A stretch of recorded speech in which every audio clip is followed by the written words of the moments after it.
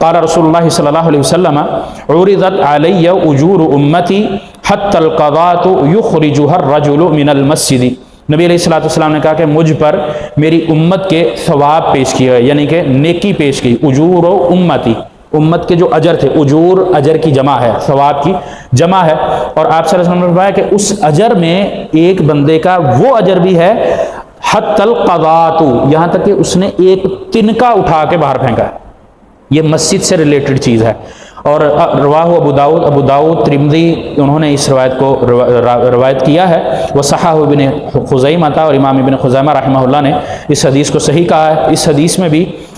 سما کے حوالے سے سیدنا علی رضی اللہ تعالیٰ عنہ کا ہے، ان سے سیدنا علی نے سیدنا انس رضی اللہ تعالیٰ عنہ سے ہے مطلب راوی کا، انہوں نے سما ان کی ثابت نہیں، اس وجہ سے محدثین نے اس کو بھی ضعیف کہا، لیکن معنی کے اعتبار سے دیگر شواہد کی بنیاد پر یہ حدیث بھی درست ہے، اس وجہ سے کہ نبی علیہ السلام نے ایک خاتون کا ایک روایت جو اس کو مضبوط کرتی ہے کہ آپ صلی اللہ علیہ وسلم نے ایک خاتون جو صفائی کیا کرتی تھی، اس کی قبر پر جا کر جنازہ پڑھا تھا، یہ اس کو فضیلت ہے مسجد کی صفائی کے لیے۔ اور آپ علیہ السلام نے فرمایا کہ اللہ رب العالمین نے بندے کے اجر ثواب کے اندر یہ بات بھی لکھی کہ ایک تنکا، ایک بات کہتے ہیں ککھ بھی اس میں شامل ہے، ایک پتا بھی اس میں شامل ہے، بعد قضاء کا جو لفظ ہے اس کا معنی کرتے ہیں کہ وہ تنکا جو آنکھ میں چلا جائے، کتنا باریک کتنا ہوگا، وہ